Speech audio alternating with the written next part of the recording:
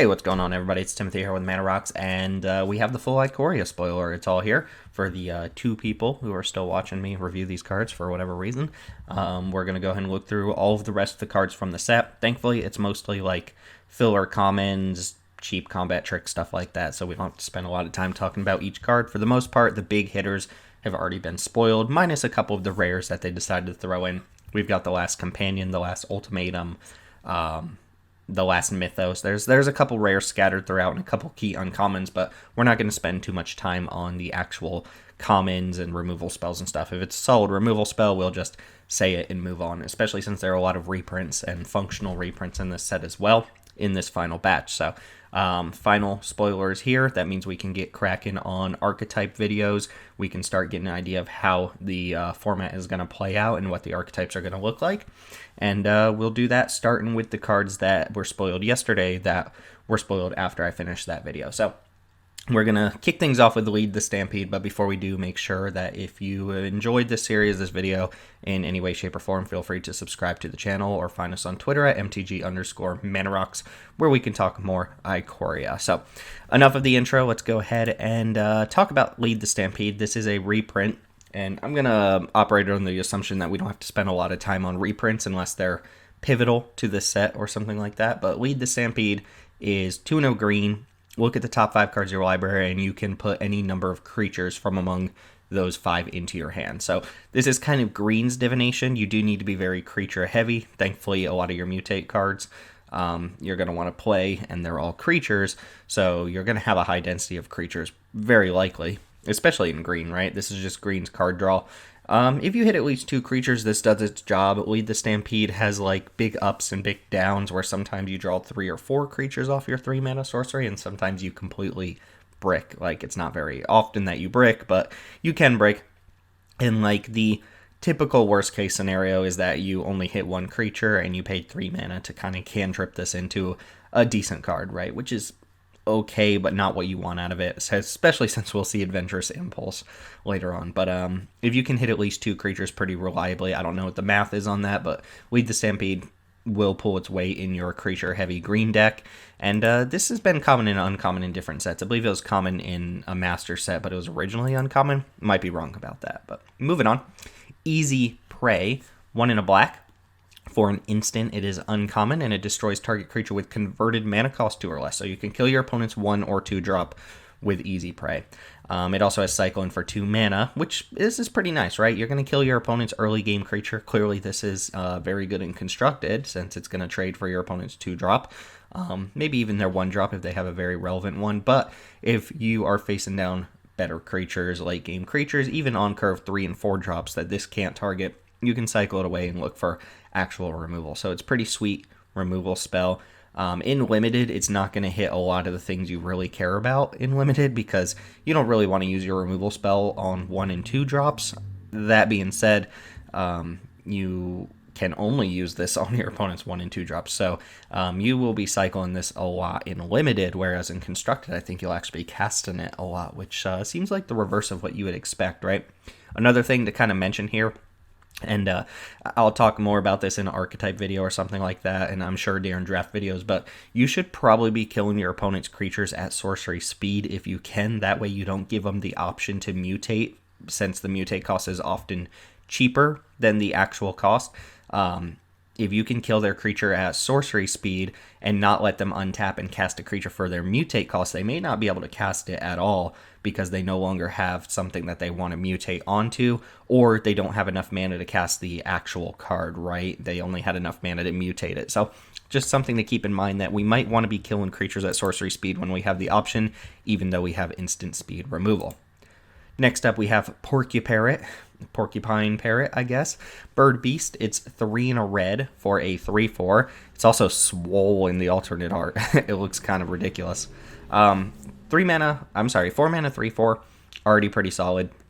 Uncommon. It has Mutate for 2 in a red, and that's what I was just talking about, right? Imagine you had a removal spell that could kill this on before your opponent's about to untap on turn 3 or something like that. Or you could kill their only creature they have on board and they're about to untap for turn 3. Well, on turn 2, you kill their creature at sorcery speed instead of trying to hold things up as an instant and, try and get your opponent or something like that. and you deny them the option of even being able to mutate on turn 3, right?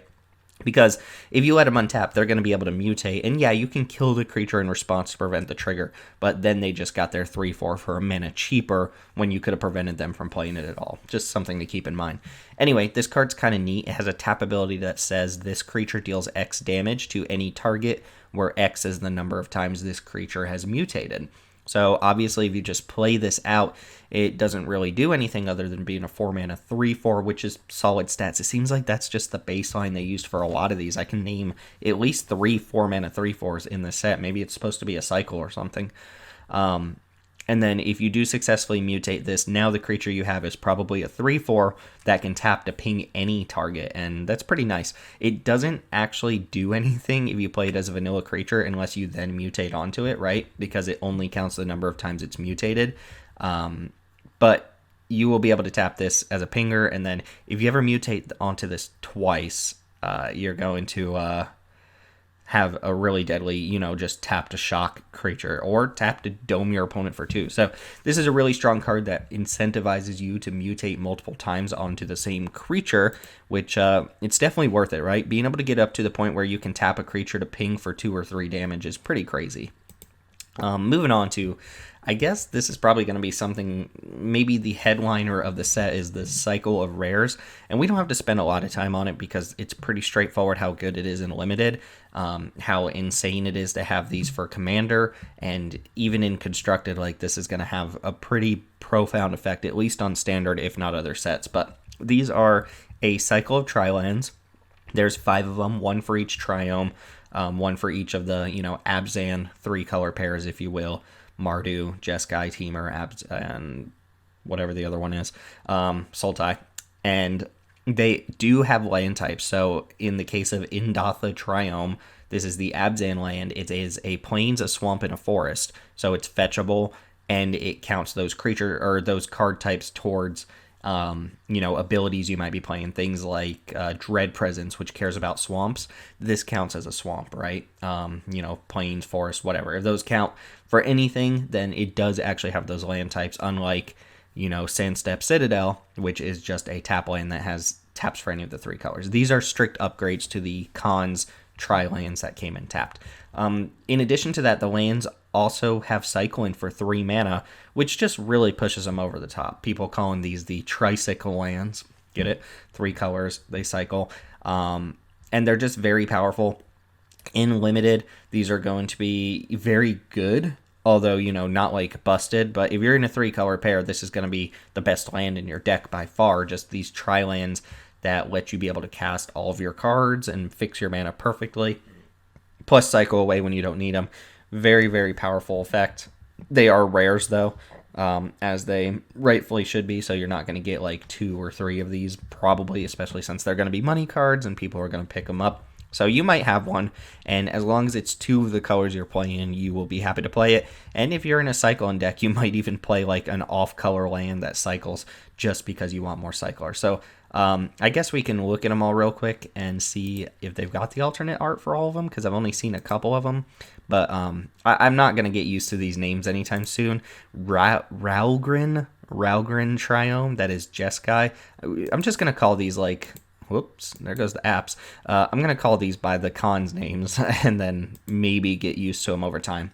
Because I don't think there's anything else that uses these names besides the crystals, right? We have Zagoth Triome. That is the Sultai one. Next up we have Temur. This is Ketria Triome. Everything's crystallized in some of these. And then finally we have the... Savai Triome, and I think this one is actually pretty crucial because Mardu seems to be the color pair that has the worst time fixing its colors. I don't know what it is about people's Mardu decks in Commander, but they always seem, if they're playing Mardu, that they're stuck on one of their colors, and just having an extra tri-land is pretty nice and helps mitigate flooding a little bit. So there you go, Triomes. Another rare land here, we have Bonder's Enclave. This is just a colorless rare land, taps for colorless mana, but for 3 mana you can draw a card and only activate that ability if you control a creature with power 4 or greater. This is a very, very powerful land, especially in limited. Just having a land that can draw you extra cards is really nice. You do need a certain threshold of creatures that can make this active, right? But the deck building cost isn't super high to include a colorless land in your deck. That being said, if you are a full-on 3-color deck, it does hurt you a little bit, but if you have good mana fixin', which we'll see in a second, there's additional mana fixin' on top of the rare lands, you can probably get away with a Bonder's Enclave. I would want at least like 4 or 5 creatures that can meet this criteria here, and then you've got a really cheap, it doesn't sound cheap, it's 4 lands to draw a card, but a reasonably costed way to draw extra cards in the late game, which is pretty nice. Not to mention this is just going to have Commander written all over it for any Commander deck that can afford to have a colorless land, so pick those up while you can. Even in Construct, I can see this being relevant. Tron, maybe? I don't know if Tron would play something like that. But for the full spoiler, what we're going to do is we're going to jump to the top and we're just going to plow through these cards. I will click each of them, I'll read them, but I don't want to spend too much time on them because there's a lot of them, right? So most of these, again, are going to be commons and uncommons and pretty typical cards. But we have Blade Banish. Is that the Wanderer? Wow, the Wanderer walks many paths. Her blade travels only one. I didn't realize that was the Wanderer on here. I guess she's just going to show up randomly, right? She's going to be like, where's Watto in set? She's like, hey, I'm here. She didn't get a card, though, which is kind of interesting. Blade Banish, 3 and a white, common instant, exile target creature with power 4 or greater. So an actual strictly better Smite the Monstrous here. And this is what I want to see. I want to see every color have at least a good common way to deal with a big threat, because there are going to be big threats, and I don't want to feel like I'm just getting crushed because my opponent was able to mutate early and is just like burying me in card advantage or burying me with a super powerful creature early on in the game. So cards like this are very nice. Instant speed really helps this one a lot, and you would play that at sorcery speed in this format, I'm assuming. Next up was a card that I was looking for. Instant speed +2/+1 to your team. This is Coordinated Charge for 4 and a white. It is a common instant. Does just that. It pumps your entire board. It gives +2/+1 at instant speed, which is expensive for this effect. You would want to pay 3 or 4 mana for this, tops. But if you are able to go wide, this is the type of finisher card you're looking for.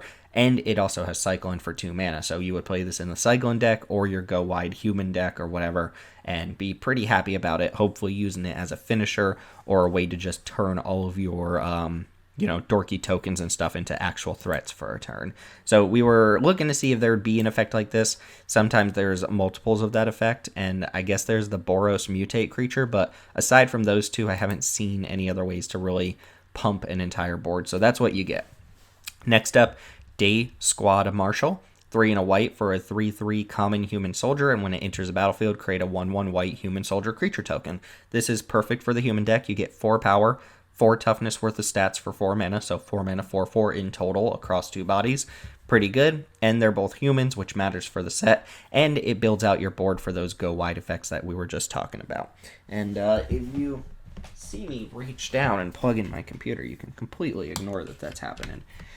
Day Squad Marshal seems like a good filler card for any white deck, but especially good in those decks that care about going wide, which there will be decks that care about going wide.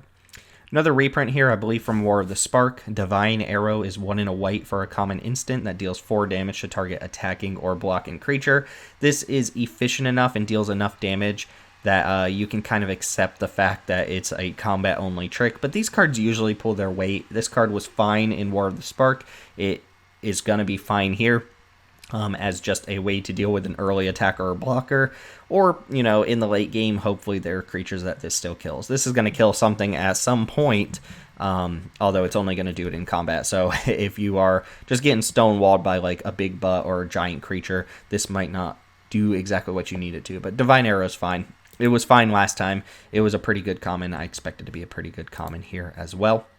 Imposing Vantasaur is 5 and a white for a 3/6 common dinosaur with vigilance and cycling for 1 mana. So kind of a big dorky creature. A 6 mana 3/6 just is not good, but again, cycling makes up for that. And this is a common that does bridge a gap between 2 archetypes, the vigilance archetype and the cycling archetype, although it's expensive enough to cast that I don't think the vigilance archetype really wants this, or that's going to be that good of an archetype. There's just not a lot of support for those tribal or those keyword archetypes. Basically, you want this in your white deck because it cycles and it could have an effect on the board. Once a 3/6 hits the board, that does something. It's just not a very exciting card.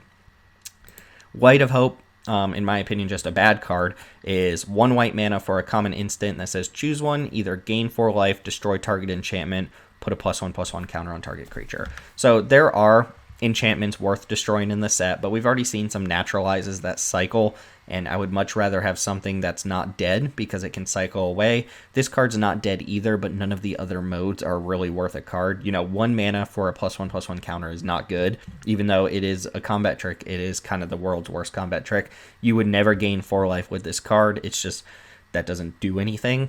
And then destroy target enchantment might come up, but it's not enough to include this card in your deck, right? So this is sideboard material against enchantments that have to be removed, which there aren't too many of. There is like a whole cycle of powerful enchantments at rare, and being able to destroy those is nice, but I would rather see one and bring this in against it. This isn't like Theros, where this is an enchantment heavy set in your main deck and your enchantment removal. The only reason I've said that's fine with the other cards is because those cycle away. This is never dead in your hand, like I said, but the other modes aren't really good, so being able to cast it doesn't necessarily mean you're going to get something good. Next up, Maned Serval. It's 1 and a white for a 1/4. It is a common cat with vigilance. Now, I want my vigilance creatures to be cheap if I'm going to go in that vigilance archetype, plus a 1/4 vigilance is a nice base for a mutate creature. Just granting vigilance to whatever else you're going to tack onto it. There's multiple common vigilant creatures here. There's a 2/4 in green for 3 mana, and it seems like a dorky archetype, but a lot of other people aren't going to be super interested in this. Honestly, a 2 mana 1/4 is a pretty reasonable card. That blocks pretty well, but we haven't seen a lot of aggro. There is not going to be like full-on aggro decks in this format. They're going to be more mid-range, but you're not going to have like your 1-drop, 2-drop, 3-drops bash you. It's going to be more like big beaters instead of little dorky creatures. So I don't know if you need an early blocker like that or not in this format, but it does seem like a good base for the mutate decks while also being a vigilant creature. Next up, Perimeter Sergeant. 2 and a white for a 3/2 common human soldier, and when it attacks other humans you control, get +1/+0 until end of turn. Cool. This is just a filler card. 3 mana 3/2 is always a card that you're not excited to play nowadays in Limited, but you can if it had no other upside, just as a curve filler. This one happens to be a human, which is relevant, and it has a relevant effect of pumping your other humans. Turning your 1/1 tokens into 2/1s and just pumping other humans is respectable, even though a lot of the times you should expect for this creature to die in combat in order to push through extra damage off your other creatures. So nothing super exciting here. When you want this card is when you have a human deck, and if you don't, it's still playable but not great. Our last white card of the set is Solid Footing. It's a single white mana for a common aura. It has flash, enchants a creature and gives it +1/+1, and as long as the enchanted creature has vigilance, it assigns combat damage equal to its toughness rather than its power. So a single white mana to give something a permanent +1/+1 is not great. Even at instant speed, that's more of a combat trick, right? That's basically the same as the other white card we saw that just puts a +1/+1 counter on something. You really need that last clause to come in handy, so I don't know, a 1/4 vigilance might be pretty good, and clearly this is aimed at the vigilance archetype, but if you can throw this on a vigilant creature with high toughness, it could become, pretty deadly, right? If you go turn 2, 1/4 vigilant, and then turn 3, Solid Footing, it becomes a 2/5, and it has vigilance, so it attacks and blocks, and it's now essentially a 5/5. So this card is kind of the cheese, right? It's like, play a big toughness creature, play Solid Footing on it, and just keep attacking and hope my opponent doesn't 2-for-1 me, and if they do, well, they get wrecked. Plus, this one has flash, so you can use it as a combat trick, right? Because your opponent will attack a board of 2/2s into a 1/4. You can't really threaten to block them. Solid footed means you are now going to just eat a creature, right? Even if it didn't have that toughness thing attached to it. So this isn't like a full-on archetypal card, but it is a card that does work if you have the vigilance theme going on, I suppose. Next up, so we speculated on whether Riptide Turtle would be back. Well, we get Aegis Turtle. You thought Flash was good? Too bad. Take a colorless mana away and you get a blue 0/5. Also, they have now they've obsoleted Kraken Hatchling, the 1 mana 0/4. We now have a strictly better Kraken Hatchling. Also, like, this card doesn't have Vigilance, but it does have really high toughness. Look, if you need to block early, sure, Aegis Turtle blocks everything for the early part of the game. So this will hold those early 3/4s and 4/4s off your back, which is nice. That alone is more sideboard material. Where I like this is in a mutate deck, right? If you just need a 1-drop, remember, most mutate creatures are cheaper to mutate than they are to cast, which means just having a creature on board that you don't care too much about means you can mutate a turn earlier. You can get those cards going, especially if you have like that octopus that mutates on turn 2. Aegis Turtle is a card you'd be more interested in playing. As it is, as a standalone card, it doesn't really do anything, but as was the case with Riptide Turtle, it does block basically everything. So, a 2 mana 0/5 with Flash, perfectly fine. 1 mana 0/5 if you plan on blocking or mutating will also pull its weight. Anticipate is back. 1 in a blue, look at the top 3 cards, put 1 in your hand, put the rest on the bottom. Anticipate's always fine. It's always a card that replaces itself with another card. It gets an instant in your graveyard, which some cards care about. It casts a spell, which some cards care about. And, Anticipate, we can spend a lot of time on it, but there's not really much to talk about. If you need a filler card or you just need another spell in your deck, Anticipate is perfectly fine. Avian Oddity, there's a lot of cards with this sort of art, like the Commander cards that are just wiggly feathers and spikes and stuff, but it's kind of cool. Avian Oddity is 3 in a blue for a 2/4 uncommon bird with flying, and it cycles for 2 in a blue, and when you cycle it, you put a flying counter on target creature you control. And this is filling out the rest of that cycle. There's 1 for Death Touch, 1 for Trample, 1 for First Strike, and 1 for Lifelink, and then the blue one gives flying. And remember, blue-white is very loosely like a flying matters deck. I mean, it's blue-white flyers, which is mostly just, built by the fact that it has a bunch of flyers. There's not a lot of support cards, right? And in a flying matters deck, you're not going to have a lot of non-flyers anyway, and given those creatures flying that don't already have flying might not be that big of a deal. But Avian Oddity's fine. Plus, 4 mana 2/4 flyers already respectable. Everything else is upside. You will cast this a decent amount of the time, but if you happen to be playing like blue-green or something and you just have giant creatures, Avian Oddity is fine to cycle as well. I don't want to cycle every, solid creature. I want to play a lot of them. So I expect to actually cast Avian Oddity. A lot of the rest of the ones in that cycle are expensive to cast, so you cycle them more often. That one, not so much. Convolute is a reprint with new art this time. 2 in a blue, counter target spell unless its controller pays 4 mana. Look, this is cancel that in the late game, you can get around Whirlwind Denial, if you will. If this is a set where counter spells are good, which I expect it will be a set where counter spells are good, then Convolute is fine, but you still don't want to play too many. When you're playing against a new player because they have 4 Convolutes in their deck and they just play a 2-drop, Convolute everything you do, and then kill you, right? Next up, Crustacean. Not Crustacean, but Crustacean. Get it? It's 3 and a blue for a 1/6 flash common crab. And that's it. Again, blue-black is kind of the flash matters archetype, but it's not very well supported. There's a rare that cares about flash. There's an uncommon that cares about flash. And then there's like 2 other cards max that care about flash. And then there's a bunch of flash creatures. And I don't know that archetype is really going to come together that well. Unless you pull specifically the rare, and the uncommon is just a playable card in its color, so I don't think you'll wheel that or anything. Crustacean, not a card I'm excited about. If I want to block, then I'm fine playing the 1 mana 0/5. This is kind of expensive. It doesn't have enough power to really constitute a strong combat trick or anything, but again, if you need a blocker in your deck or you're just looking for another flash creature, Crustacean's got your back.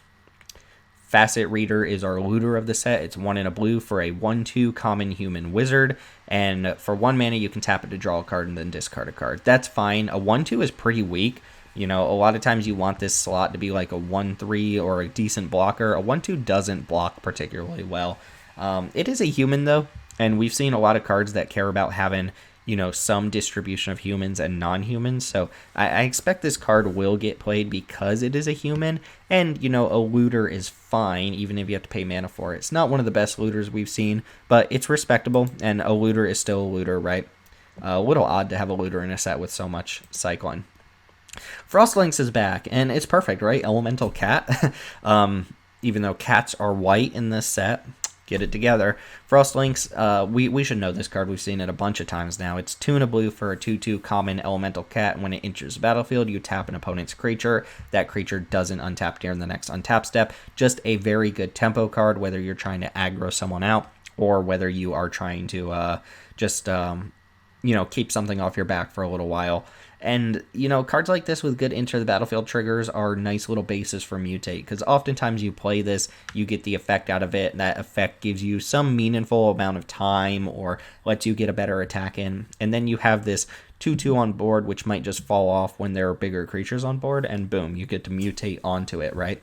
So Frostlynx has always been sweet. There's yet to be a format where Frostlynx is bad. It's always one of Blue's best commons when it shows up, and I expect it to be pretty good here.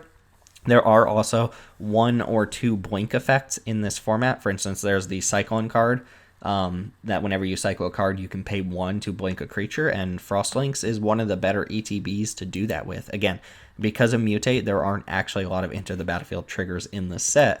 Frostlynx is one of the few, and it's pretty good to reuse that. Frostveil Ambush is 3 blue for a common instant. Tap up to 2 target creatures. They don't untap during their controller's next untap step, and cycle in for 1. So this is one of those cards that's balanced out by cycling by being more expensive than you would typically pay for this sort of effect. 5 mana is a lot, and in order for this to be a powerful card, you need to capitalize on the fact that you're tapping down some of your opponent's creatures for a couple turns, which means you want to be attacking, right? And that leads to me believing that a card like this is usually better in a deck that's looking to attack and tempo your opponent out than a defensive deck, right? Also, you could just play this in any Cyclone deck, which we're going to say for every single Cyclone card that comes up. But don't play this card as like a defensive measure and then not do anything with those turns, because you're just going to start getting beat down a little bit later on. You need to start getting your opponent dead while their creatures are tapped down. Otherwise, this is just going to end up being in your graveyard, and your opponent's going to be in the same board position a couple turns later. It is a little bit expensive. I'm more turned on by the fact that it's a cheap cycler than the actual effect you get off of it for 5 mana.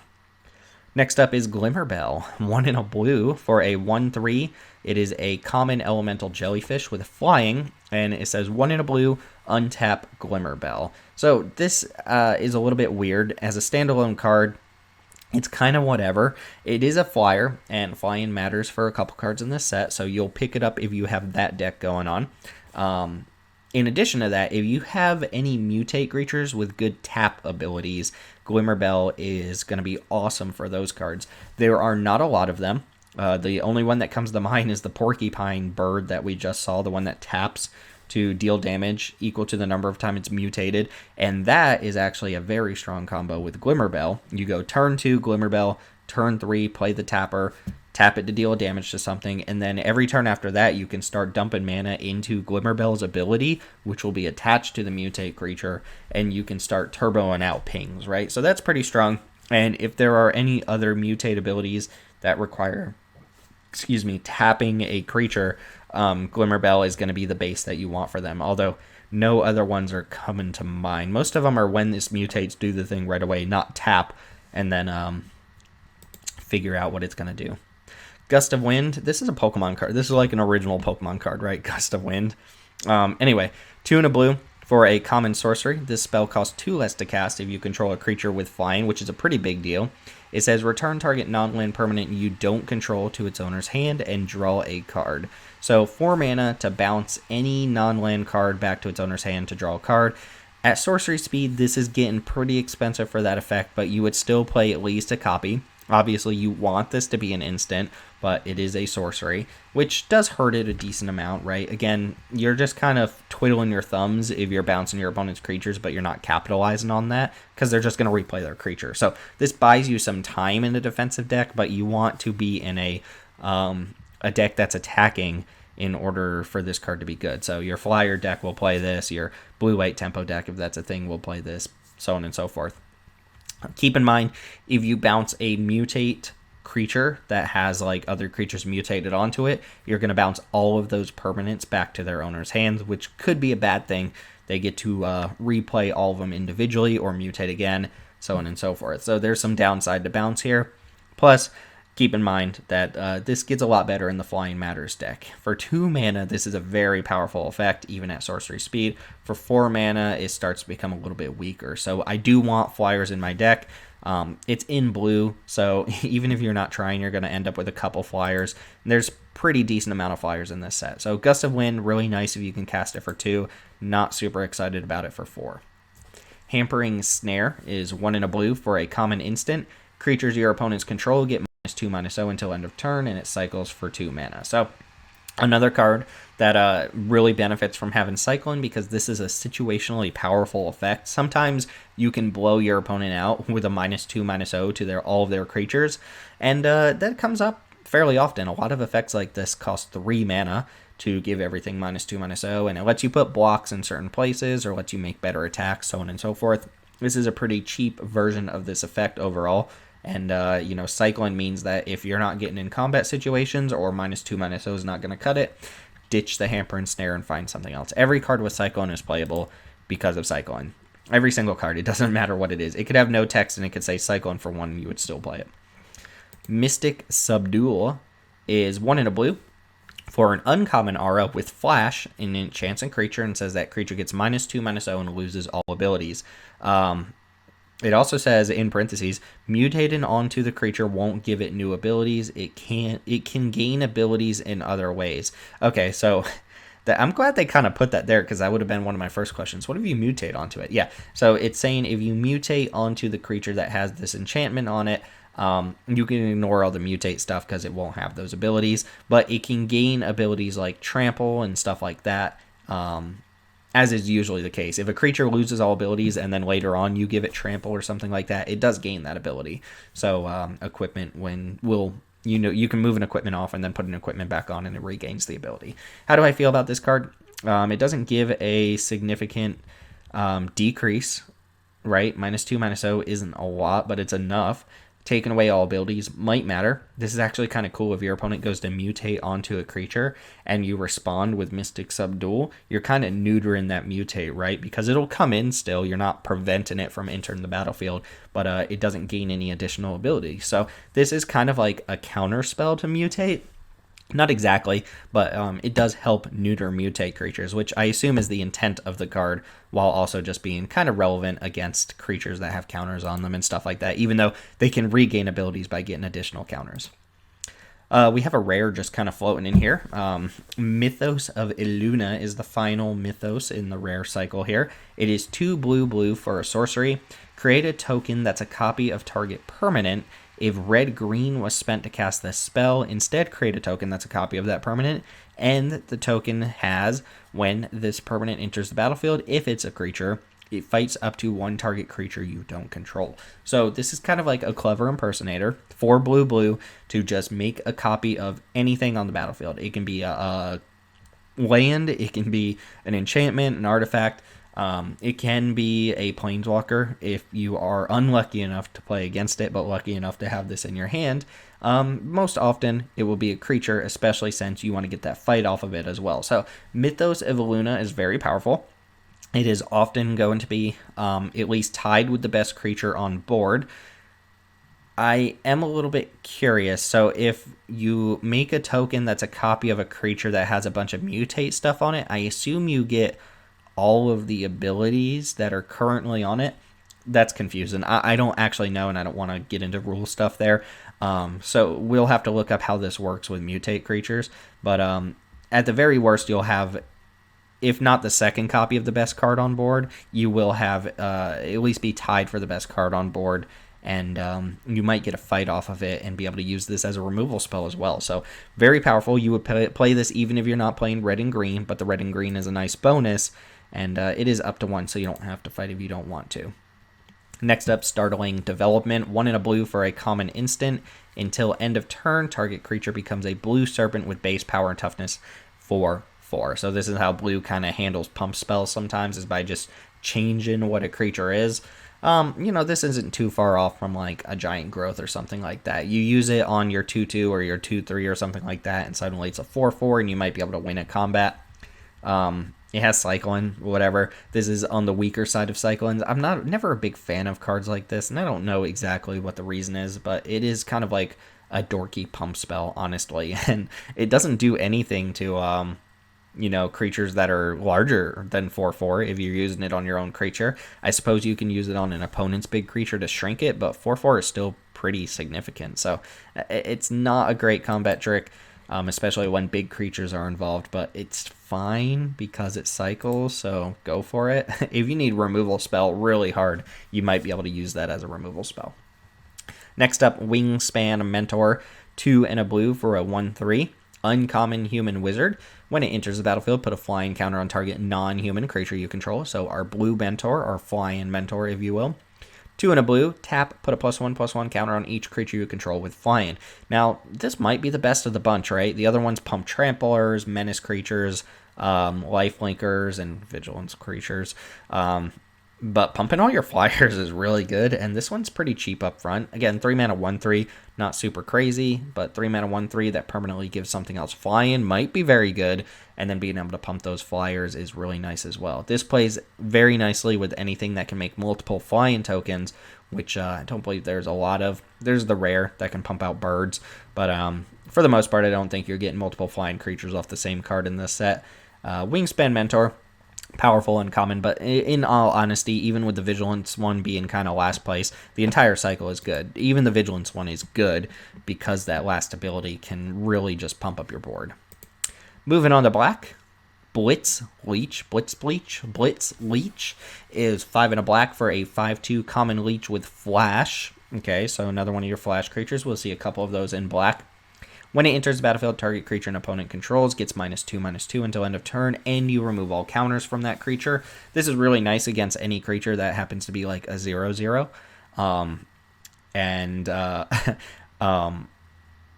It just is made up of +1/+1 counters, which we'll see here in a second. Sorry, I brain farted there. Blitz Leech is weird. So I think what you want to do with this card is you want to flash it in. You want to remove all the relevant counters from, something else and then block an additional creature, right? You can give something -2/-2, so this will often kill a small creature, or you can use it to gang up and just take out a really big creature, give something -2 and then block it with a 5-power creature. The problem, of course, with this card, and the reason, you're not going all in on it, is because it is 6 mana for a 5/2, and even if it has a relevant enter the battlefield trigger, it's gonna die in combat very easily. But this is also very similar to like the Catoblepis from Theros Beyond Death, the not loathsome Catoblepis, but whatever it is, right? Blight Breath Catoblepis. A 6 mana black common that can come down, kill a smaller creature, potentially kill a bigger creature. Catoblepis is very similar. That would often just kill big creatures on ETB and then trade off for something. This is a little bit different. It kills a small creature on ETB and then trades off for a bigger creature. So I guess this will pull its weight, but it's not striking me as a card that you want too many of. Again, if you have that rare or the uncommon that cares about flash, this card is a little bit better. But as it stands, it just seems like a solid kind of one-off common that you would want in your deck or something like that. Next up, Boot Nipper. We got that dang on Boot Nipper there. It's 1 in a black for a 2/1 common beast. 2 mana 2/1, perfectly fine. Not great.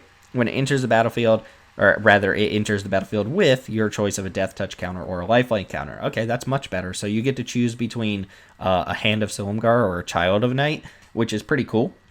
Child of Night, tried and true card. It is not one of my favorite cards, a 2 mana 2/1 lifelink, but it pulls its weight. It's kind of annoying to get hit by it a little bit early on. Plus, I think more often you'll get this death touch since it can just trade off for basically anything. It's it's really powerful too because it is a nice base for whatever you're mutating onto. If you plan on mutating a big creature onto this, then you want to give it lifelink. But if you plan on mutating just like value cards onto it, you might give it death touch instead or something like that. Plus, this thing, keep in mind, I didn't even think about that. The pinger that can shoot anything, if you put that on a death touch creature, you just get to mow down anything you want. So this into the turn 3 porcupine pinger thing is basically game over for your opponent if they can't deal it, because you can just tap to kill any creature, which is pretty crazy. I didn't even think about that when we were reviewing that card, but if you have that card, death touch goes way, way up. I'm actually kind of surprised that interaction exists here. Next up, Corpse Churn. This is a reprint, although I don't know what from what set. Something I've played, but I don't remember what it is. Corpse Churn is 1 in a black for a common instant. You mill yourself for 3, and then you return a creature from your graveyard to your hand. So if you want to raise dead, maybe if you have bombs in your deck, or you just want a raise dead, then you will play this. You're not playing it because it mills you, but it's a nice upside if you already care about getting your creatures back. There's some really bomby things going on here. What you don't want to do is just like on turn 2, cast Corpse Churn, fingers crossed, I hope I hit a creature, and then brick on it, or just get back a creature you don't care about, right? You want to save Corpse Churn until a creature you really care about has died, and then use it to get it back. So it's just kind of a raise dead effect with very minor upside. There's not a lot of things that care about milling here, but there's enough that like putting extra cards in your graveyard does matter. Dark Bargain is reprint as well from Dominaria. It is 3 in a black for a common instant. Look at the top 3 cards of your library, put 2 of them in your hand, the other one in the graveyard, and you take 2 damage. This card was pretty good in Dominaria, but Dominaria was also a fairly slow, grindy, engine-based format. This seems very similar, right? Because Mutate leads to kind of slower games where there are more 2-for-1s and stuff like that, but Dark Bargain was a card that you were happy to have in Dominaria. I expect you to be happy about it too. You know, it's going to give you 2 of the top 3 cards of your library, gives you a little bit of choice, and it does damage you, so if you're getting beat down, you might not have time to cast it, but in a slower, grindier format, Dark Bargain is a pretty solid draw spell. Moving right along, we're just plowing through these. Deadweight, also a reprint. Helps that a lot of these are reprints. Single black mana for an aura that gives the enchanted creature -2/-2. Unfortunately, this actually doesn't kill a lot in the set, right? It's going to kill your opponent's dorky human creatures, but we see a lot of creatures that are like 3/4s, and you know, we saw an 0/5 and we saw a 1/4 and stuff like that. It's not going to be all-purpose removal. Deadweight is just still a good card, and I think you'll be happy to have it, but something tells me Deadweight is going to be worse in this set than it normally is. And maybe I'm just being skeptical, and maybe I'm just like got this thing in my mind that's telling me there's always going to be giant creatures on board. Deadweight's not great against giant creatures, but Myers grasped this as not, and Deadweight's always been in formats where it usually trades off with your opponent's 2-drop. So if Deadweight can do that in this format, then you'll be happy with it. If you're just playing against giant creatures all the time, then Deadweight's certainly going to lose a lot of its luster. I think this will be one of the worst formats for Deadweight, but that doesn't mean it's going to be bad. It just means it won't be like an all-star common card. Maybe I'm wrong about that too. Next up, Durable Coil Bug. He's so cute. It's 1 in a black for a 2/2. So another bear dies to Deadweight. I'm already wrong. Common Insect. It's 2 mana 2/2 insect. And for 5 mana for 4 in a black, you can return it from your graveyard to your hand. Okay, whatever. Look, this is a value card, but man, is this an expensive value card. Clearly, this is designed as like either you play it and then you mutate onto it and you don't really care if it dies or if you get 2-for-1 because you can get this thing back, or you're playing cards like Corpse Churn or the uncommon that can mill you for 2 every turn, and you can just incidentally put this in the graveyard and then put it back in your hand as a form of card advantage. But 5 mana to play or activate the ability and then 2 mana to recast it is expensive enough that I don't think you'll be like getting a strong engine going with this card too often or anything like that. It is just 7 mana to go through the whole cycle again. If you incidentally mill it, then it's fine. But if your deck wants a 2 mana 2/2 and you really want to mutate onto something, this is going to be okay. If you have sacrifice effects, which there are a couple of in the set, then this card is okay, but I really wish it put it back on the battlefield. 5 mana feels like enough, or make it 6 mana and put it back on the battlefield. Don't make me, spend another 2 mana to recast the card, but I guess if you're getting beat down by a single creature, this is 7 mana to block that creature every turn. It probably has trample, though, so you're dying. I don't know. It seems a little bit too expensive to be a full-on engine, but anyway. Next up, Hunted Nightmare. This is a rare. It's 1 black for a 4/5 menace. Okay, let me see some downside on that bad boy. 3 mana 4/5 menace. That card is killing you. When it enters the battlefield, target opponent puts a death touch counter on a creature they control. Target opponent? That means in Two-Headed Giant, you just choose the person who doesn't have any creatures. This is a very strong card, in my opinion. See, let's assume that you have to put a death touch. Your opponent puts a death touch counter on one of their creatures, so you get the full downside, right? It's still a 4/5 menace, which means, yeah, they can block with that death touch creature, but they also have to throw something else in the mix, and this is often going to trade off for at least one of those creatures. You know, if this trades off for the death touch creature, so what? You paid 3 mana for this, and a lot of times early in the game, your opponent's not even going to be able to block. They might get a death toucher, but they're either going to throw 2 creatures in front and trade down, right? They're going to trade 2 for 1, or they're not going to be able to block at all, and you're just going to start smashing for 4. Not to mention, you know, Menace matters in this set, so there are some support cards there. But the real, like, sweet spot here is if your opponent doesn't have any creatures on board when you play this, there's no downside to it. It's not like they have to put a death touch counter on a creature or else you sack the Hunted Nightmare. No, it's not designed that way. It's just you get this 4/5 menace, and the only downside is that one of your opponent's creatures is going to gain death touch. And that seems pretty fair, which balances this card out. It's still often going to demand a 2-for-1 trade, you know. If you play this, they put a death touch creature on a counter, and then you kill that creature with a death touch counter.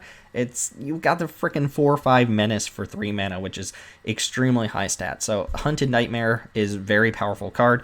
I'm surprised we haven't seen this rare yet, but they threw a couple rares in the mix, I guess, to make the final day of spoilers more exciting. We're about halfway through here. We've got Lurking Deadeye next. 4 and a black for a 4/2 common human assassin with flash. 4 mana 4/2 is fine.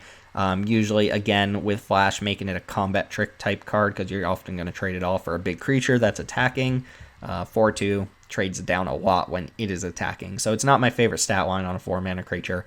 But when it enters the battlefield, destroy target creature that was dealt damage this turn.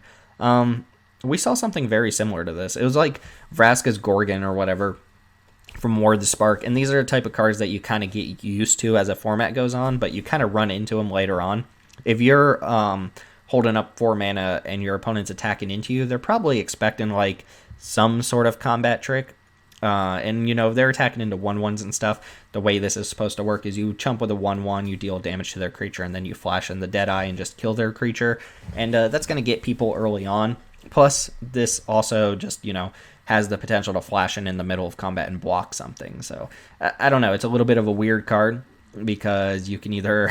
you have kind of like window of opportunities of when you want to flash this in and when you want to either use it as a blocker or finish off a creature that's already been blocked or something along those lines. Also, you know, sometimes your opponent attacks, you flash this in, they didn't leave back a blocker, and you smash them for 4, which is fine too. I can say this about every flash card in the set that's like an overcosted, high power, low toughness creature, but if you want to draft that flash deck, if you have the rare or the uncommon to make it a little bit better, then this card's sweet, and it's fine on its own. It's just not like exciting. It basically says throw away a creature to finish off a bigger creature, and that sort of effect is better on when you're the one blocking than when you're the one attacking, because as the format goes on, your opponent kind of knows about those cards and can kind of play around it. But on defense, they have to play around way more cards, and they may not be thinking of that one. Next up, Memory Leak. Not Memory, Mana Leak? Yeah, Memory Leak. 2 and a black for a common sorcery. Target opponent reveals their hand. You may choose a non-land card from that player's graveyard or hand and exile it, and this cycles for 1. So this is literally Agonizing Remorse without the life loss. I like that they're adding that extra bonus to discard spells now where you can exile a card out of your opponent's graveyard. This won't be as relevant as it was in Theros Beyond Death, which, yeah, I did that a couple times with Agonizing Remorse, exile an escape card from your opponent's graveyard. But here, more often than not, you're just going to take a card from their hand, and if, you know, you completely whiff and they're held in all lands, you can exile a card from their graveyard, which won't matter too much. And it also has cycling. Granted, This is a black card with Cyclone, and Cyclone doesn't care about, or black doesn't care about Cyclone, really. So, I don't know. I think this is a sideboard card against, extremely hard to deal with threats or bomb cards that you just can't beat otherwise. Clearly main deckable in sealed. I guess this is just main deckable, right? It has Cyclone. It can't be that bad. So, yeah, main deck your memory leaks and hold them until you think your opponent's about to cast a bomb, and then memory leak them and take their bomb away. Or if you're empty-handed, you can just cycle it away. Cyclone actually does make discard better, because one of the downsides of discard is that as a top deck, it doesn't really work if your opponent's empty-handed. So, yeah, I lied. The card is perfectly main deckable and probably very good in sealed. Next up, Mutual Destruction. Not a reprint, but a strictly better Bone Splinters. It is a single black mana for a sorcery. It's a common, and it says this spell has flash as long as you control a permanent with flash. So there you go, fleshing out that flash archetype. If you have a flash creature on board, or rather a flash permanent on board, you can cast this as instant speed.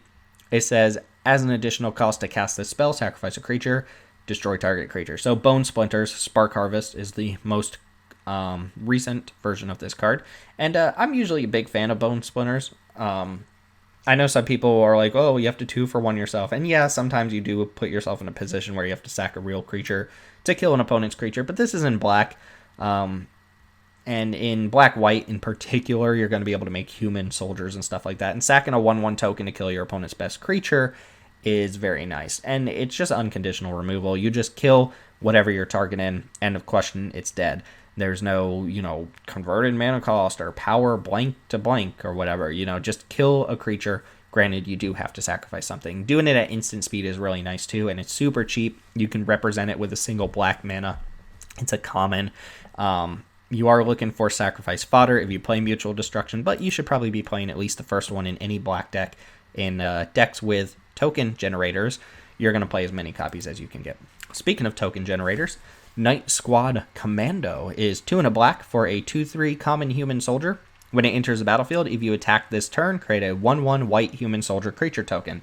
Again, another pretty decent enter the battlefield effect here. If you get the human soldier off of this is a very good card. In fact, this is basically a black version of a card from Khans of Tarkir, Mardu Horde Chief, which was just a white card with Raid that said if you attack this turn, make a 1/1 human soldier when it enters battlefield. So same exact card. That card was very good. This card also seems pretty strong. You do have to fulfill a condition, right? You have to attack with something. Hopefully that creature survives, or it's like high toughness and your opponent just, doesn't block, and you get this 1/1 off of your Night Squad Commando. But another common creature that can make 2 human tokens. We saw 1 in white. Here's 1 in black, so that human, go wide deck looks a little bit better with a common in each color that can create multiple bodies. Next up is Serrated Scorpion, a single black mana for a 1/2 common Scorpion. When it dies, it deals 2 damage to each opponent, and you gain 2 life. I'm off this. Even in 2-headed giant, like the fact that this is a 1/2 just isn't super exciting or anything like that. This isn't going to trade off. It doesn't have Death Touch. It's just going to die. Your opponent's going to lose some life. If you need the 1-drop so that you can mutate early, that's what this is here for. But given this ability to whatever you mutate onto it, it isn't like a selling point for me. So I don't know. It's also weird to have a Scorpion that doesn't have Death Touch. How many Scorpions in Magic don't have Death Touch? So I don't know what you're doing here, Serrated Scorpion. It's clearly just a 1-drop, same as the Riptide Turtle thing.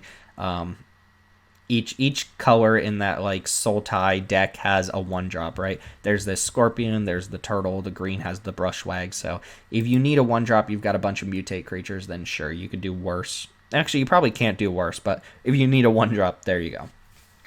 Next up, Suffocating Fumes. 2 and a black for a common instant. Creatures your opponents control get -1/-1 until end of turn. Cycle for 2 mana. This is actually a powerful effect to have on an instant. If this was on a sorcery, I'd be like, okay, it's sideboard material, but it has Cyclone, blah, blah, blah. But as an instant, this can actually just shrink all of your opponent's creatures in combat, and it only affects their creatures. This sort of effect is a lot more powerful than it seems as an instant, because it's a combat trick and also sometimes like a nausea, a semi-board wipe for your opponent's tokens. The fact that it only affects them, and the fact that it has Cyclone, means that you're probably actually very happy to have this card in limited. Probably gets a little bit worse in sealed. I don't expect the human deck to be a huge thing in sealed, but who knows? Maybe it is. Almost done with black. We got 3 cards left. Unexpected Fangs is 1 in a black for a common instant. Put a +1/+1 counter and a lifelink counter on target creature. I'm not into it here. The lifelink counter is a nice little bonus, but again, 2 mana for a +1/+1 counter is about as weak as a combat trick can get, and that's not really worth it on its own. Plus, you need to be targeting something pretty big for this to really reap the benefits of having a lifelink counter. Also, lifelink is not really a supported archetype. I know the Black Mentor is a lifelink mentor, but outside of that card, there isn't really anything else that cares about lifelink, even though there's a decent number of lifelink running around in this set. It's not like giving a lifelink counter is really good for a whole archetype or anything like that. So this is not a combat trick I'm looking for. Same kind of goes for the next one. Unlikely Aid, 1 in a black. For a common instant, target creature gets +2/+0 and gains indestructible until end of turn. This is also a reprint, I think from, I don't know, Kaladesh block somewhere. It's fine, and the reason I like this is because it gives indestructible. I've mentioned this with a couple other cards, but if you plan on mutating a lot, you want to make sure you can protect your mutate creature, because you don't want to get 2-for-1, and especially if you have those mutate cards that really incentivize you to keep mutating onto the same thing over and over again. Having a way to protect it from a removal spell is really nice. It does give indestructible, not hexproof, so it can still be exiled, it can still be bounced, but at least your opponent's burn spell or kill spell or fight spell won't be able to kill your creature if you hold up the 2 mana. So this fills a role there, but if you're not doing that, if you're not mutating a bunch, then Unlikely Aid is like pretty dorky combat trick, and not a big fan of it. Next up, I don't know why this card exists, but here you go. Whisper Squad. This looks like Oddworld, like little Oddworld creatures. Whisper Squad is a single black mana for a 1/1 common human soldier. You can pay 1 in a black to search your library for a card named Whisper Squad, put it on the battlefield tapped, and then shuffle your library. Now, this is kind of cool. This is Byforce written all over it. What you do with it is the real question, right? Because fetching up a couple 1/1s, let's say you have 3 of these in your deck, so what? Your opponent doesn't care that you're fetching up a couple 1/1s. They come in tapped, so it's not like, oh, gotcha, you forgot I can fetch up another Whisper Squad. It's like, what are you doing with these? Well, you can use them as sacrifice fodder, right? You can use them to the Bone Splinters effect. You can use them to mutate onto, I think is the real idea. Plus, if you mutate onto it, you can activate the ability still, because this ability will be tacked on. So this is a nice little card to kind of get a mutate deck going by making sure you just have enough little cheap bases to put mutate creatures on. It's good in a sacrifice deck. Other than that, I don't know what it's supposed to do. It's also really, really miserable if you draw multiple copies of this card, right? Let's say you have 3, let's just go high. You have 4 of these in your deck, and you draw 2 of them in your opening hand. Well, you've already lost the game because you drew a second Whisper Squad. You never want to draw your extra copies. You always want to make sure you're getting as much card advantage off of the activated ability as you can. Kind of like Squadron Hawk, right? I guess that's the idea, Squad. It's kind of a dorky, weird card to have in the set, but it fills a little bit of a role. Anyway, moving on. We got 2 colors left and then some artifacts. Okay. All right. Well, anyway, next card up, I guess you can see it on the screen still, is Blazing Volley. This is a reprint from Amonkhet. 1 red mana, sorcery, common, deals 1 damage to each creature your opponent controls. Don't main deck this. If they're playing a bunch of 1 mana 1/1s or a human deck that's making a bunch of tokens, feel free to bring it in, but even then, it's not going to be that powerful. It's just picking off 1 toughness creatures. I don't know why that was reprinted, but there you go. Next up, Blister Spit Gremlin. 1 red mana for a 1/1 common gremlin. For 1 mana, you can tap it to deal 1 damage to each opponent. 2-headed giant all-star. Get ready for it. You're going to die to it. Whenever you cast a non-creature spell, untap it. Wow, 2-headed giant all-star, right? Excuse me. In Limited, are we super excited about this? Remember, red-blue kind of has this spells matters archetype to it, but it's more like it wants you to cycle cards than actually cast spells. So it's a little bit weird. This gives you some tension on whether you want to cycle your cards for those abilities or you want to cast your spell so that you get extra damage out of your Blister Spit Gremlin. This card is not like super crazy or anything. It is a huge jump from this card in limited 1v1 limited to 2-headed giant, where it is going to be a complete powerhouse of a card, especially in multiples. This sort of effect to just ping each opponent and then give a way to untap it is just always powerful. Spear was fine. The Trebuchet from Eldraine being the most recent example, but in 1v1, I don't know, it's like a bad Thermo Alchemist. I don't think you're going to be casting your spells too often, or at least this isn't the spells matter payoff that I'm looking for when I am casting those spells. Ferocious Tigerilla. Tigerilla is 3 in a red for a 4/3 common cat ape when it enters the battlefield. Or rather, it enters the battlefield with your choice of a trample counter or a menace counter. Okay, 2 relevant abilities on a decent-sized creature, 4 mana 4/3. Perfectly okay. 4 mana 4/3 trample, better. 4 mana 4/3 menace, pretty good. 4 mana 4/3 menace is a real card, and the trample stuff matters too. And this is actually split between 2 archetypes that care about those keywords. So Ferocious Tigerilla seems like a really solid common that bridges the gap between 2 different color pairs, and I kind of like it. Frenzied Raptor. That's not a raptor, that's just like a small T-Rex. Anyway, Frenzied Raptor is a reprint from somewhere in Ixalan block. I don't remember if it was Rivals or not. But it's 2 in a red for a 4/2 common dinosaur. That's it. 4/2 is fine for 3 mana, but it does trade for your opponent's 2/2, which is why we don't typically like 4/2s for 4. 4/2 for 3 is an aggressive card. If you want to beat down, this card beats down. If you want to give trample counters to something, this is a fine place to put it. If you want to put menace counter somewhere, you're looking at Frenzied Raptor or flying counter or something like that. Frenzied Raptor picks up other types of counters very nicely, while being a standalone card, just a fine filler creature. Heightened Reflexes. 1 red mana for a common instant. Target creature gets +1/+1 until end of turn. Put a first strike counter on it. First strike is not one of the supported keywords in this set, but this is fine. You wouldn't really play this card if it wasn't a counter. If it just give first strike until end of turn, this would be a pretty weak combat trick that you could play. It will win combat a decent amount of the time, but it doesn't help like a small creature take out a really big creature or anything like that. It helps kind of even-sized creatures take each other out, or helps one win over the other rather. And it keeps that first strike there too, which could matter if you end up mutating onto that creature or something like that. So Heightened Reflexes is not the combat trick I'm looking for here. I'm looking for the combat tricks that leave behind counters that matter for their archetypes. Lava Serpent, 5 in a red for a common 5/5 elemental serpent with haste and cycling for 2 mana. That's actually a pretty powerful cycler right there. Again, we want our cycling creatures to be really big when we cast them and have a relevant effect on the board, which a 5 mana or a 6 mana 5/5 haste does have a relevant effect on the board. That thing bashes, but it also cycles. And you saw with the Vigilance creature, a lot of times they balance out the fact that the expensive creatures have cycling by just making the expensive creature kind of suck, like a 3/6 Vigilance for 6 in white. This one is a 5/5 haste, which is a pretty strong card when you play it. So, this is a good cycling creature that you're happy to play in every red deck you can.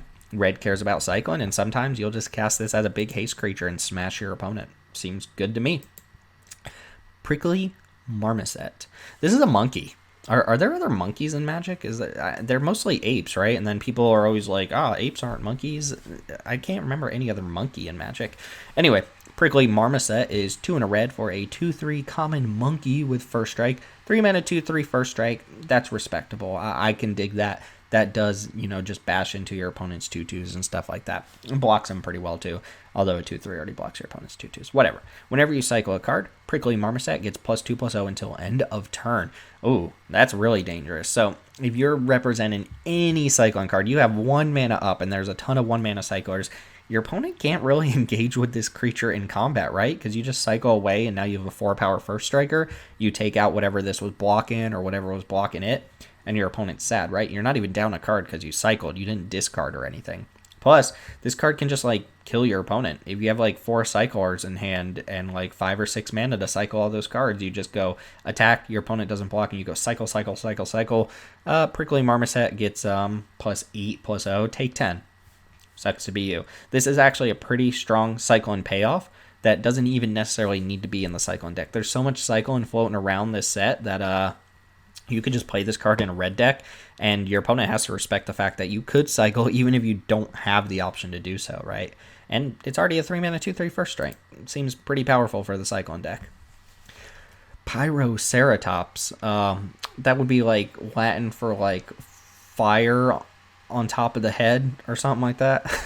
3 and a red For a 2/3 common elemental dinosaur with trample, whenever you cast a non-creature spell, put a +1/+1 counter on Pyroceratops.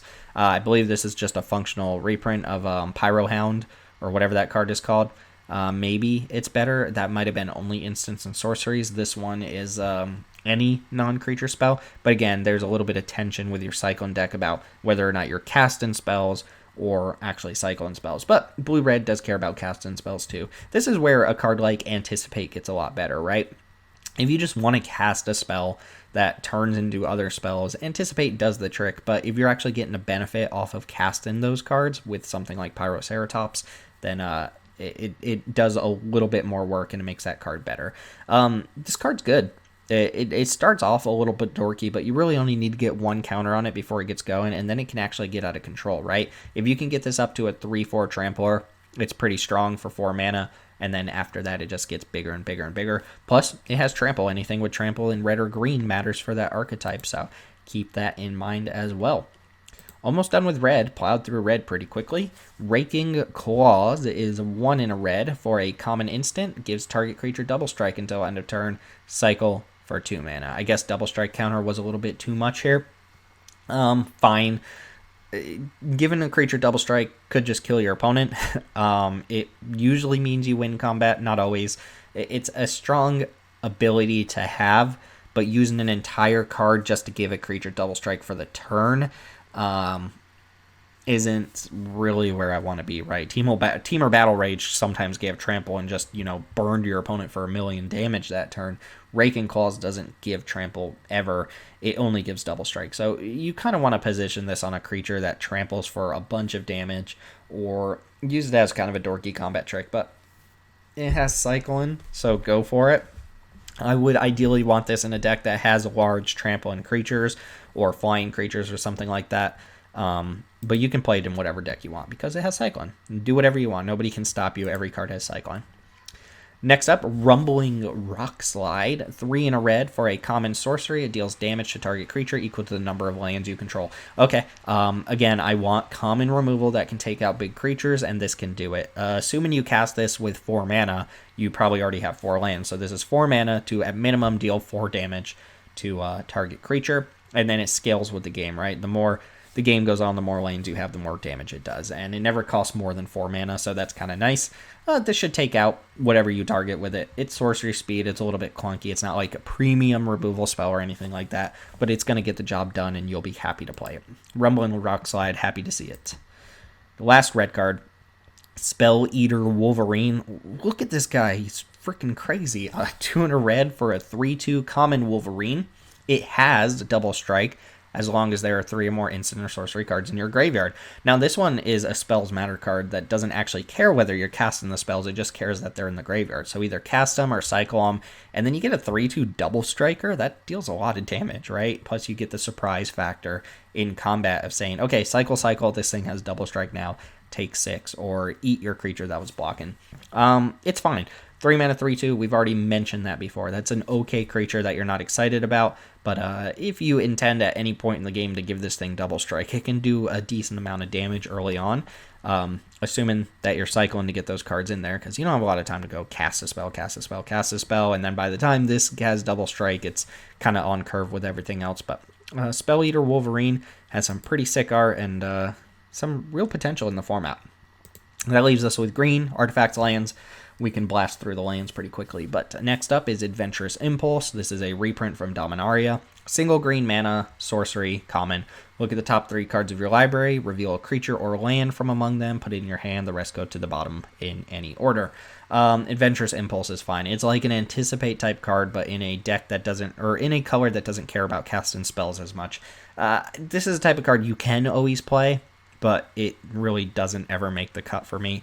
If it makes the cut, it's just going to cantrip into something else, and I feel like that's just kind of like twiddling your thumbs. It does mean that you can keep riskier opening hands because this is more likely to find you a land, but I'm not playing cards in my deck with the sole purpose of finding me lands early in the game.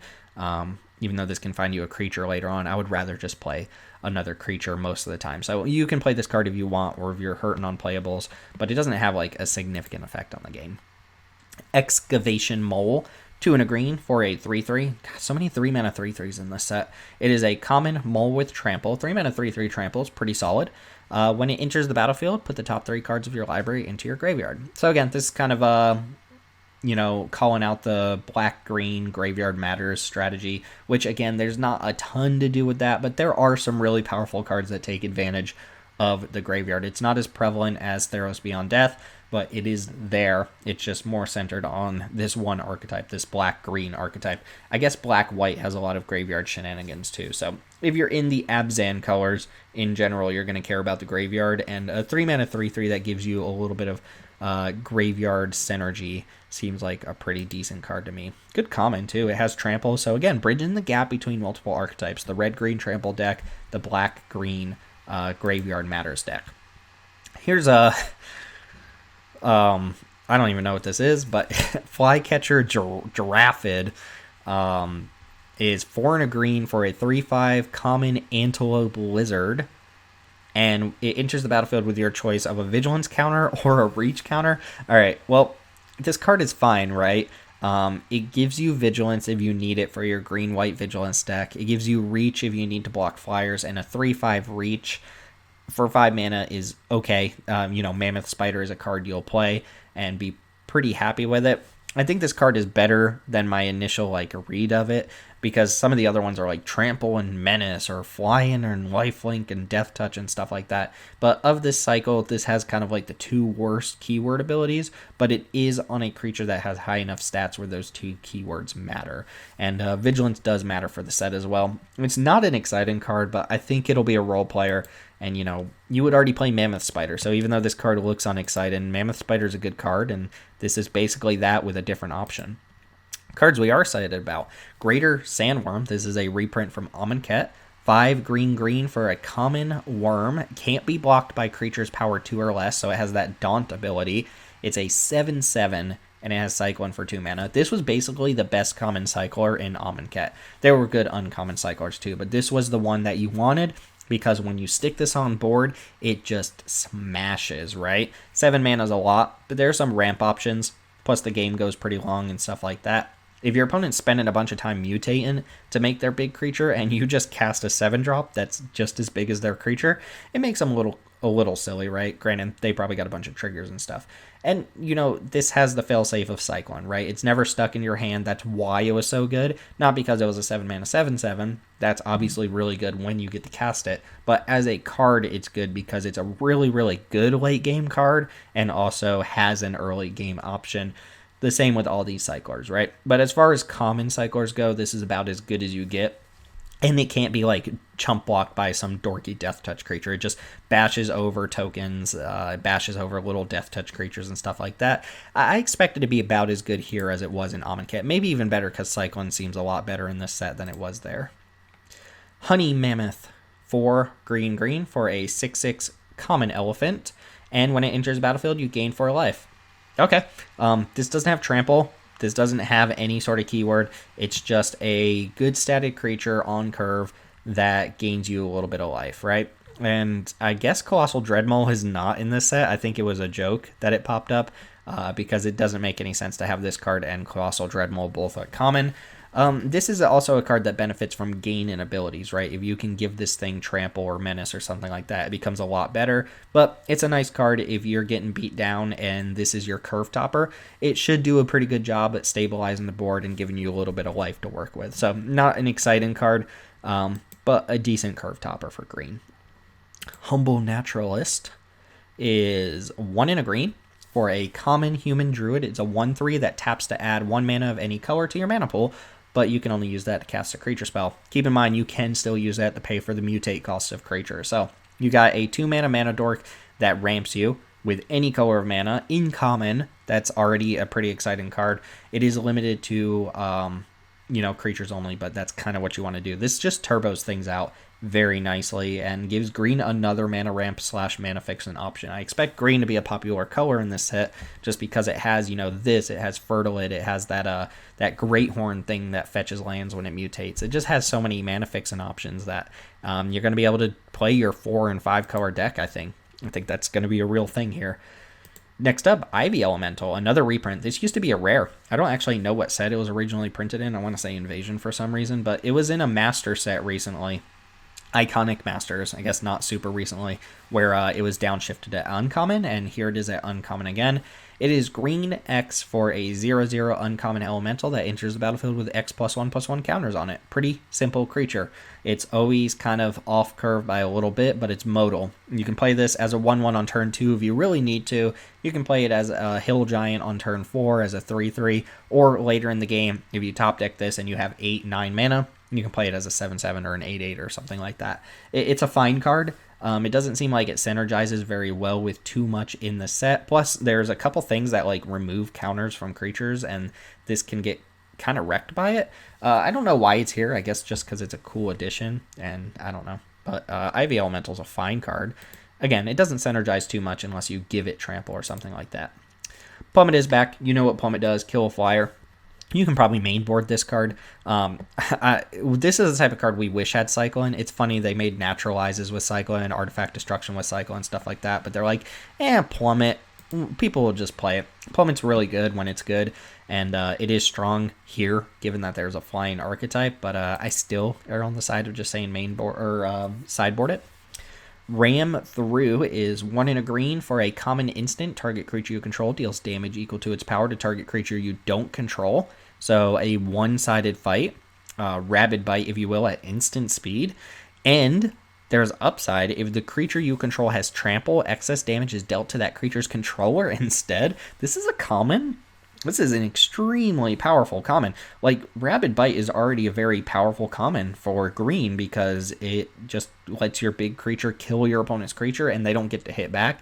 This does that. It's instant speed instead of sorcery, which is, already good. You would play instant speed Rabid Bite. You're already playing sorcery speed Rabid Bite. And then you get to just trample over that fight damage as well, which is, backbreak. And when you have a big creature and your opponent's trying to stabilize with chump blockers and stuff, you go, oh, my 6/6 is now going to fight your 2/2. You're going to take 4 extra damage. Also, I still have a freaking 6/6 with trample on board, attack, and you die. Like, Ram Through seems like an extremely powerful common. Like, I feel like I should reread it because I misread it, but as good as Rabid Bite already is, this is like a super pumped up Rabid Bite, and it's a common, which to me is just bonkers. It seems better than the uncommon fight spell, which was, 3 mana to reveal a creature from your hand and deal damage equal to that creature's power. Anyway, Sudden Spinnerets, a single green mana for a common instant. Target creature gets +1/+3 until end of turn. Put a reach counter on it and untap it. I don't even care that the reach is permanent. I still don't like cards like this. It is relevant, right? It does give a creature permanently reach. It does let you kind of take down a flyer. It gives you the surprise factor. This is the type of card that's bad enough that people never play around it, and then you can get people with it. It's like, oh, what are they going to have? Sudden Spinnerets? And then they're like, double Sudden Spinnerets. Suck it, flying deck. I'm not main decking this card. There's so many better options. If you are just losing to flyers, you can sideboard it in, but I don't think this is where you want to be for a main deck combat trick. Survivor's Bond is a black card disguised as a green card. Also, what is that, like a gorilla ox in the art? It's 1 in a green for a common sorcery. Choose one or both. Return target human creature card from your graveyard to your hand. Return target non-human creature card from your graveyard to your hand. So each color has had kind of this, cares about having both a human and a non-human thing. This is, I guess, the green version, and it's pretty good if you get both back. If you can get 2 cards off of this for 2 mana, that's a really strong effect. Plus, green-black is kind of an archetype that cares about the graveyard, so you've got some kind of self-mill going on and stuff like that. But if you can just trade off a human and then trade off a non-human, then, yeah, this is going to be very good. Remember, of course, green has a lot of mutate going on, too, and you can't mutate onto humans, so there's a little bit of deck build intention there. But I think it's going to be worth it to just include a couple humans in your green deck to make sure this card can bring back multiple targets. Not that green has, like, a ton of humans, but there are some, and you'll include them for a card like this. All right, couple gold cards, couple artifacts, and then lands, and we are done. Genesis Ultimatum. This is our final ultimatum, which for some reason didn't get spoiled individually. It's green, green, blue, blue, blue, red, red. So teamer colors all the way across. Rare sorcery. Look at the top 5 cards of your library, put any number of permanent cards from among them onto the battlefield and the rest into your hand. Exile Genesis Ultimatum. So you get to cast the top 5 cards of your library. I guess that's not fully true. You get the Genesis wave the top 5 cards of your library, and you get to draw the rest. So all the instants and sorceries go to your hand. All of the permanents go onto the battlefield. All the lands go onto the battlefield, creatures, so on and so forth. This is a little bit hit or miss. You're going to draw 5 cards, so it can't be that bad, but you get to free cast all of the permanents from those 5 cards. So it's probably very good. How does this stack up against the other ultimatums? Doesn't really matter. They're all super powerful effects. The question is whether or not you can cast them, and we've seen some mana fixing in green, although, the mana fixer we just saw can't help you cast Genesis Ultimatum, which is kind of funny.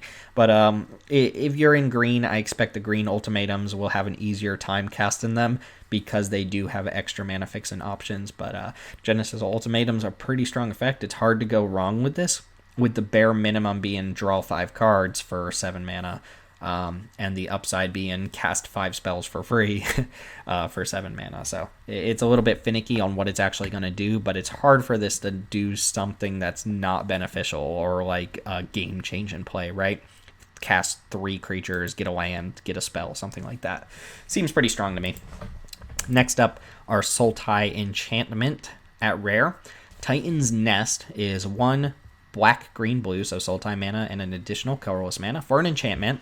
And it says at the beginning of your upkeep, look at the top card of your library. You may put that card into your graveyard. Not worth a card on its own. This is what the Simic Ascendancy actually did in Cons of Tarkir. That wasn't really worth it either. It does kind of help you filter the top card of your library. It makes your draws a little bit better. Lets you look a little bit deeper while also filling up your graveyard. So it does something, but it's not worth a card on its own. Let's see if the second part makes up for that. It says, exile a card from your graveyard, add colorless mana, spend that mana only to cast a colored spell without X in its mana cost. I don't know why that's so restrictive. I guess it's so that you can't, mill yourself in Commander or Legacy or Vintage and then cast, a burn spell, like a Fireball or something, and just kill your opponent. Kind of weird to have that there, but it makes a little bit of sense if you think about it. Basically, this turns every card in your graveyard into mana, but you can only use it to cast colored spells. You can't cast colorless spells. You can't cast artifact spells. You can't use it for abilities either. You can only cast spells with it, and they have to be colored. It's weird. It basically gives all of your colored spells Delve. If you think about it, that's what it's doing, right? Every colored spell in your hand has Delve, as long as there's no X in that colored spell's mana cost. Plus, you get to start looking at the top card of your library. I don't know. I don't like this for limited. It's clearly there's some commander potential here to just have every card in your hand have Delve, but in limited you have to pay 4 mana to get this going. It doesn't do anything right away. You're already at 4 mana, so you probably don't need too much ramp, and you don't really want to exile cards from your graveyard for an effect like this. You want to reuse the cards in your graveyard and recycle them and stuff like that. So this is kind of at odds with the kind of reuse recycled nature of black green in this set. I don't know. I get what it's doing. I get the design of the card. I just don't know that it's something you want in limited. And again, that top ability is a good effect to have in limited, but not worth a whole card. And the total combination here is not really doing it for me. It doesn't get you ahead on cards. It doesn't help you cast. That's a lie. It doesn't net you cards unless the actual cards you're casting with the second ability draw you more cards. So I'm not a big fan of it personally. And our final companion, Yorion, Sky Nomad. I wonder why nobody got this companion. Probably because it's not playable in Commander. 3 Azorius, so 5 mana total, 2 of which has to be blue and or white. 4/5 flyer. So 5 mana, 4/5 flyer. You're playing that in limited and you're pretty happy about it. That's a pretty powerful just stat line on its own.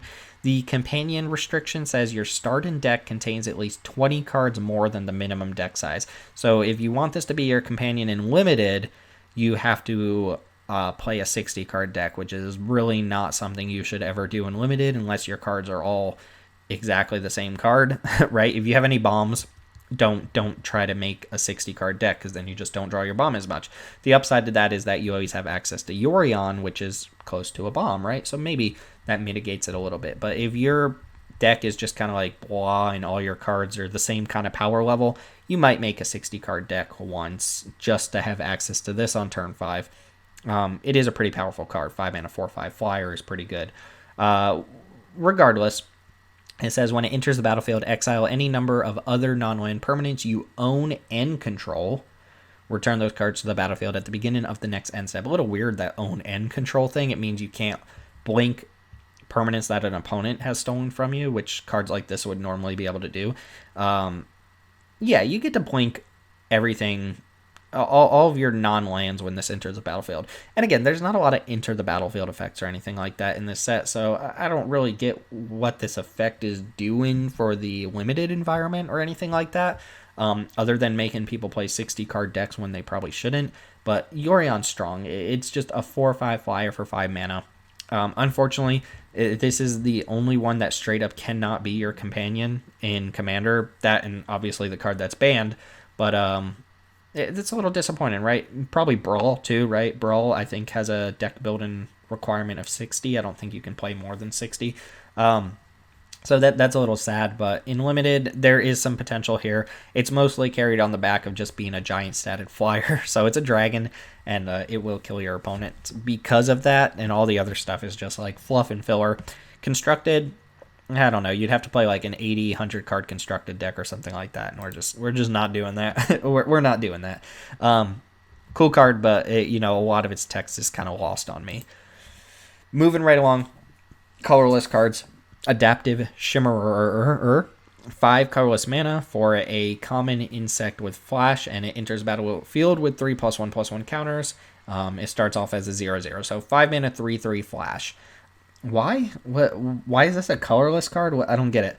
I assume the idea of these, the Ivy Elemental, it all makes sense now. So yeah, these cards that are just made up of counters, they're good mutate targets, right? You play this, and then whatever you mutate onto it, normally you're going to put a higher power and toughness, so it kind of like crosses out the power and toughness of the Shimmerer or the card underneath it. But it's +1/+1 counter, so those are still going to be on the creature. So if I play this on turn 5, and then on turn 6, I mutate a 5/5 onto it. It still has 3+1/+1 counter, so it's an 8/8. So I kind of get it. That makes Ivy Elemental make a little bit more sense here as well, because you can just dump a bunch of counters onto it, and then it's a good mutate target. This is basically an instant speed version of Ivy Elemental, and it's a little weak. 5 mana, 3/3 flash with no other abilities is okay. And yeah, there's a flash archetype, but it's a little weird that this is just some rando colorless card, right? It doesn't feel like a colorless card, but I guess you can mutate onto this.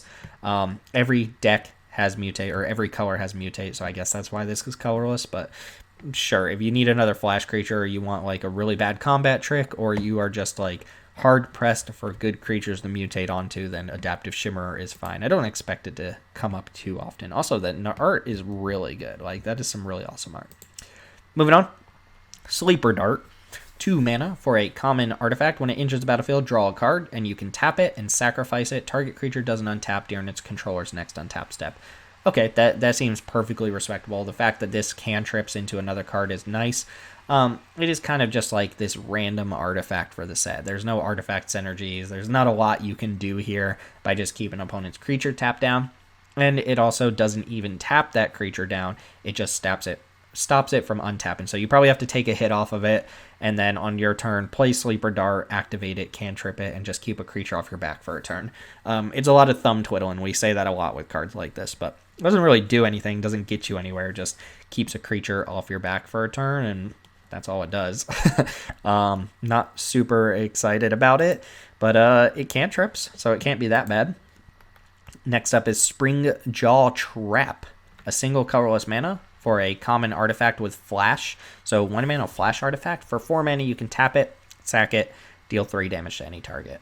Whatever. Like, we just saw Divine Arrow, Divine Arrow deals damage at instant speed. This is kind of the same idea, but it's so inefficient. 4 mana to sack this, even if you can reduce the cost by 1, is just not worth it. If that rare cares about casting anything with flash, maybe this gets a little bit better. But I don't expect this card being played that often unless you are just drafting and you're like, I have 0 removal spells, I need something.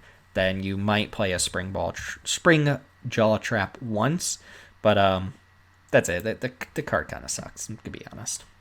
All right, and then we don't even have to click these necessarily, but We'll click the first one. We have our gain lands back. These are kind of the generic lands that they're going to print as the 2-color lands in basically any set that needs 2-color tapped mana fixers. And we're always happy to have these. So Bloodfell Caves, the other ones, Tranquil Expanse. I blanked on all of them. Dismal Backwater, so on and so forth. Enters the battlefield taps for 1 of 2 different colors. You gain a life. And I assume these are just going to be in the actual packs, not like taking a land spot or anything like that, as they have in the past with some of the core sets. But it's nice mana fixing to have. Don't take them super highly. Maybe that's a lie. You know, this is shaping up to be very similar to Khans of Tarkir, a 3-color set that had 2-color mana fixins. In fact, basically the same exact lands in Fate Reforged and Khans of Tarkir and stuff like that. So, I don't know, a 5-color deck is very possible here. It feels like they really went for the Khans of Tarkir theme, or at least they learned from, like, the mana fixin'. And plus, on top of that, we have Evolving Wilds, which there's never been a bad format with Evolving Wilds in it. Prove me wrong. You're not listening anyway, so you can't comment. But anyway, Evolving Wilds is just one of my favorite limited cards. It makes things tick. It gives you your colors. It works especially nicely in sets that have multiple color requirements for a lot of their cards. And it's just nice to see that there's a lot of mana fixing at common here to make the 3-color thing work. So I'm excited. That's going to do it. That's every card from Ikoria. And this video has probably been a long time. And I know only 2 people are going to watch this in the first place. And they're going to watch for like 2 minutes and be like, okay, we're done. But if for some reason you're at this point in the video and you're still listening, thanks for being here. I appreciate you spending some time with me while I talk about every single freaking card from Ikoria. But that's going to do it. We're going to focus next on archetype videos and just kind of break down the archetypes of the set. Hopefully get that out by next week when the set is officially released on digital, on Moto and MTG Arena. And that's going to go ahead and do it for this time. Again, thanks for hanging out. Been talking for a while. I'm going to go rest my voice and look back over the set one more time. See you, well, I guess we can plug the channel, right? Feel free to subscribe below. Find us on Twitter at MTG_ManaRocks. My name's Timothy with ManaRocks. Thanks for watching. And now, I'll see you next time.